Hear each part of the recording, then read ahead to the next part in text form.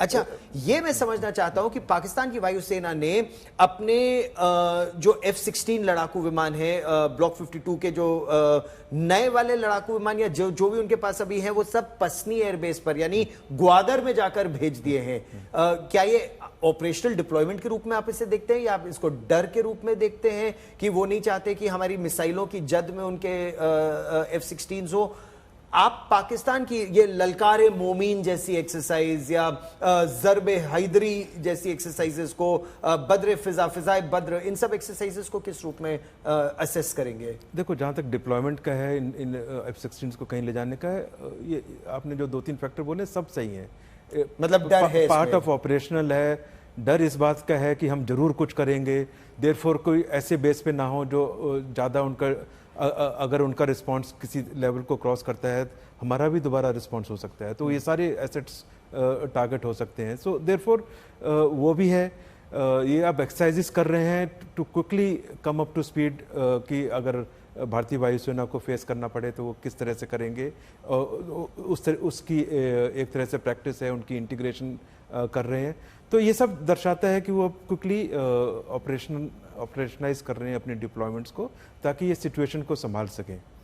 ठीक, बट हमारे जो सेनाएं हैं वो सब देख रही हैं, सबको एनालाइज करेंगे एंड उन सबको देखते हुए क्या एक्शन लेना चाहिए, जो भी एक्शन जब डिसाइड होता है इसको सबको फैक्टर किया जाएगा। एक चीज मैं आपसे और समझना चाहता हूं, हम मान लीजिए पाकिस्तान प्रायोजित आतंकवाद को सजा देने का प्रयास कर रहे हैं, भारत की ये कोशिश रहेगी, उसमें चाहे उनकी सेना हो, आईएसआई हो, आतंकी हो, उनको पनिश करना चाहती है वायुसेना या सेनाएं।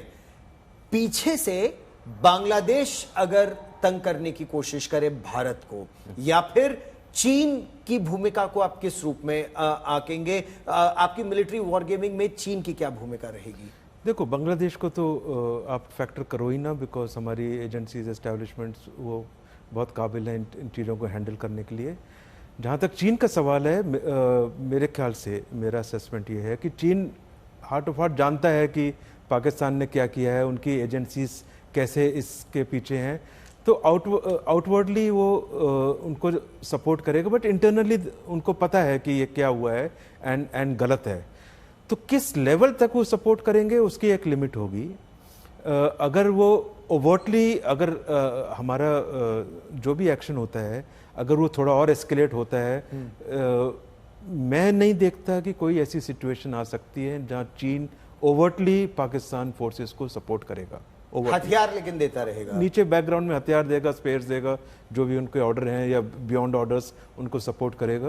वो जरूर होगा, वो हमें जरूर फैक्टर करना चाहिए। चलते चलते एक प्रश्न और जो काफी समय से मेरे मन में था, जिस तरह अमेरिका ने ओसामा बिन लादेन को मारने के लिए अपना ऑपरेशन चलाया कि उसके हेलीकॉप्टर अफगानिस्तान की सीमा से पाकिस्तान में घुसे, हालांकि पाकिस्तान ने अपने बचाव में यह कहा कि उनके तो सारे रेडार भारत की तरफ हैं, इसीलिए अमेरिका कब आया उन्हें पता नहीं चला।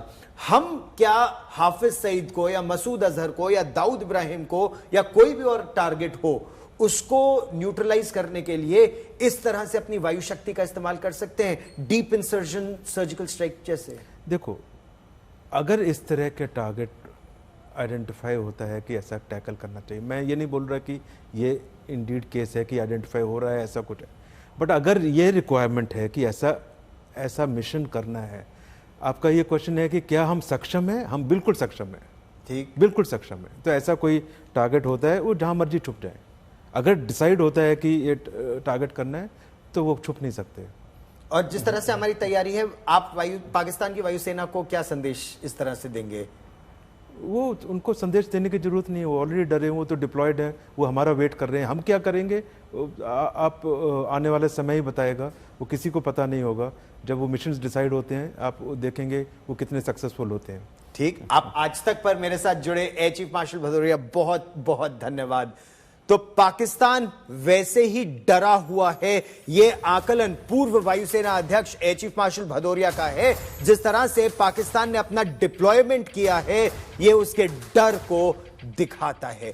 अब भारत क्या करेगा यह कुछ समय में तय हो जाएगा। वैसे एक पुरानी कहावत अंग्रेजी में है, revenge is a dish best serve cold, यानी बदला तभी लेना चाहिए जब खून माहौल नहीं रहा हो, बिल्कुल शांत मन से धैर्य होकर तब बदला लेना चाहिए, जिसका अंजाम देर समय तक, दूर तक पाकिस्तान भुगतता रहे।